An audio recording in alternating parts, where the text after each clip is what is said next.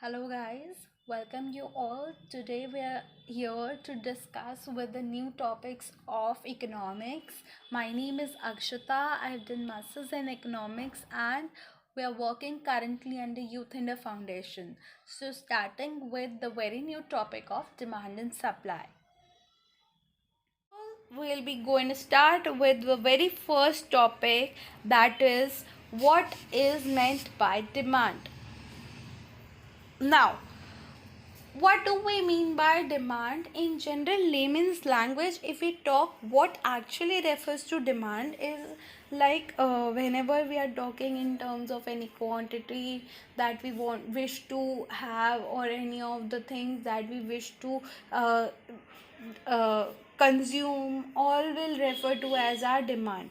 Now demand of a commodity basically will refer to that part of quantity which a consumer is willing to buy, that as a person I will be willing to buy at a particular period of time. For example, if I consider as an ice cream, then that ice cream will be my consumption, so I am demanding for that ice cream.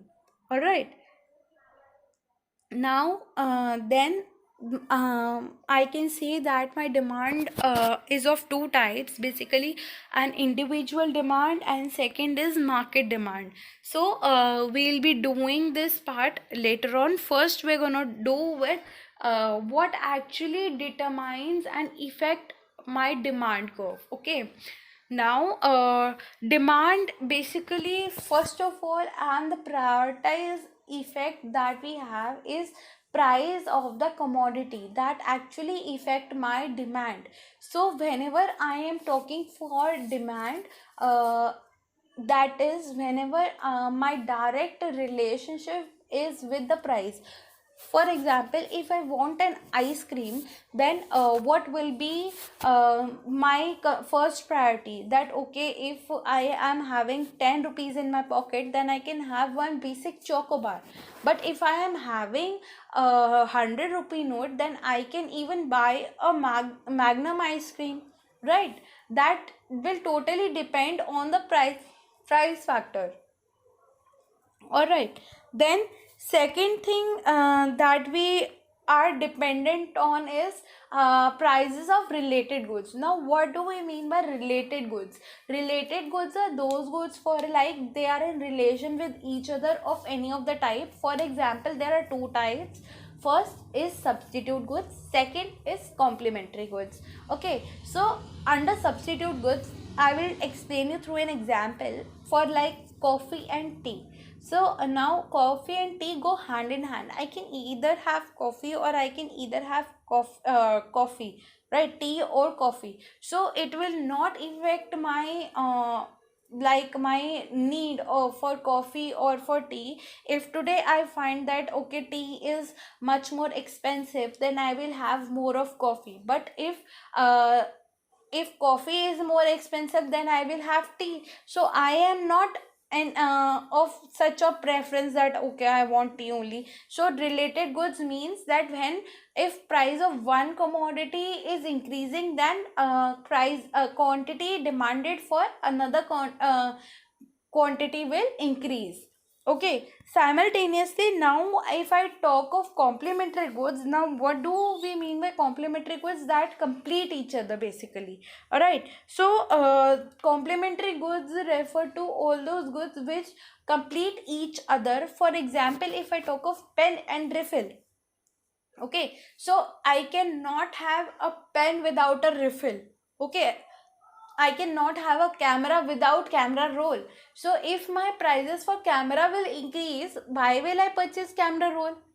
Alright, so they both are inversely related to each other. If price of one will increase, then I will not buy another one. In fact, that will the other goods quantity will also decrease. Then my third factor comes out to be income level factor. That is when my income increase, I will demand more of my luxurious items that will refer to me as luxurious. Or basically see, I will tell you two types of things as we have inferior demand also, and we have normal demand also. Okay, so now you must be thinking that what do we mean by inferior demand, or what do we mean by normal demand? So I will make you clear with a very short example. If I go to market, I am having 35 rupees in my pocket. Okay, so what I will do, I have to buy milk. Okay, now what will be the price of toned milk, or what will be the price of full cream milk? I am not dependent on that. I want milk. If I am low of money, then I will buy toned milk, and if I'm high of money, then I will buy full cream milk. So at that particular period of time, if I consider money as my income, that is, if I'm having low income, then I'm preferring toned milk, and if I'm having high income, then I'm preferring full cream milk. So when my income is more, I will prefer more of full cream milk, and if my income is low, then I will prefer toned milk. So demand will be accordingly.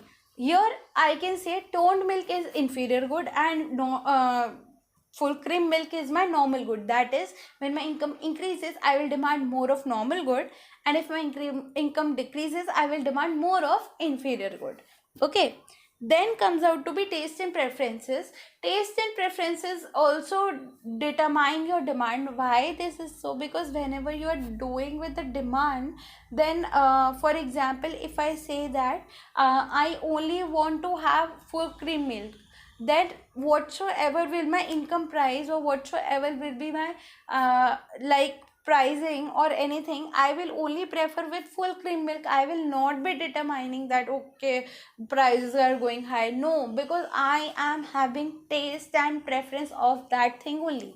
Okay, then comes out to be other factors. Other factors can be any of the simple determining factors that will depend or determine your income level. Now coming on to back with individual and market demand. Now what do we mean by individual demand, or what do we mean by market demand? Now very basically I will make you understand this individual demand can also be said as normal, your general demand. Whenever you will be talking in terms of demand anything, that you are talking for individual demand, not market demand. Whenever market demand will be asked, there will be mentioning of market demand only. Okay, so that is very specific in questions. Now what do you mean by that? Whenever you are demanding any of the commodity at a particular period of time, as we have done with the demand definition, that will be your individual demand. And when you are adding up with all the individual demands of individual persons, it will be referred to as your market demand. Coming on to with now with the schedule of market demand. Now as you can see here in this diagram, when my prices are decreasing, my quantity demanded is simultaneously keeping on increase. That is, when I was demanding for 5, my price was 5, I was demanding 10 units of for example ice cream or anything you can take it as. Then when my price decreased to 4, then 3, then 2, then 1, my demand, you can see that it's going on increasing from 15 to 20 to 35 and to 16. So this also plays an important role here, that price factor is the main key that is determining the demand. Now as coming on to with the demand diagram is downward sloping due to law of demand. Now what do you mean by law of demand? Law of demand is very much important for we as students to understand that whenever other things remains constant, quantity demanded of a commodity will be affected due to its price, not any other factor. We, by the law of demand, we consider other factors other than price to be constant, that is related goods price and income factor also, preference factor also, and other factors. All these things are kept to be constant, and only we determine is pricing factor. So that due to that, whenever my demand will be downward sloping.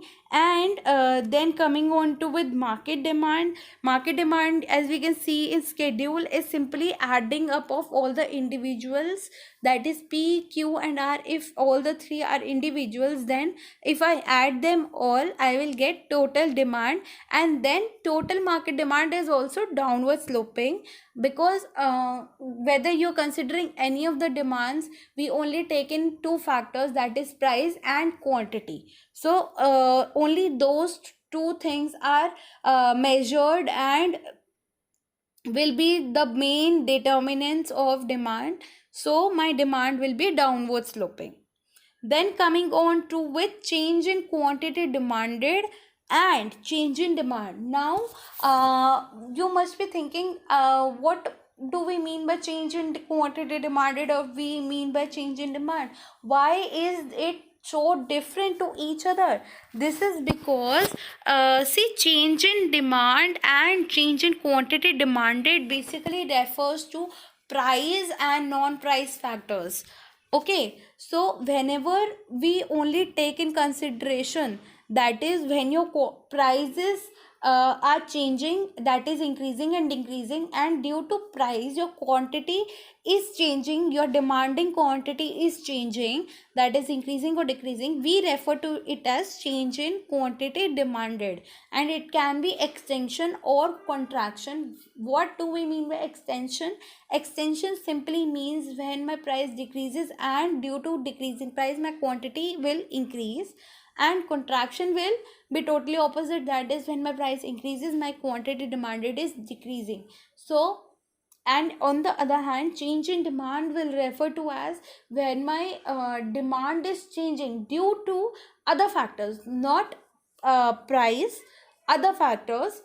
So that will directly affect my demand curve for shifting to right or left. It will not move up or down, it will shift directly right and left, because your price is remaining constant and other factors are changing other than price.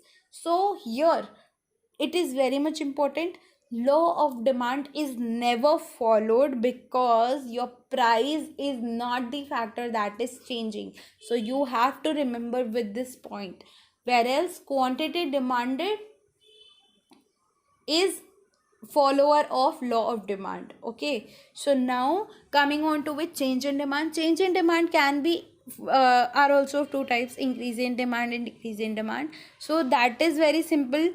But in change in quantity demanded, it is extension and contraction. So that's all with this. Now in next class we're going to do with supply, so stay tuned.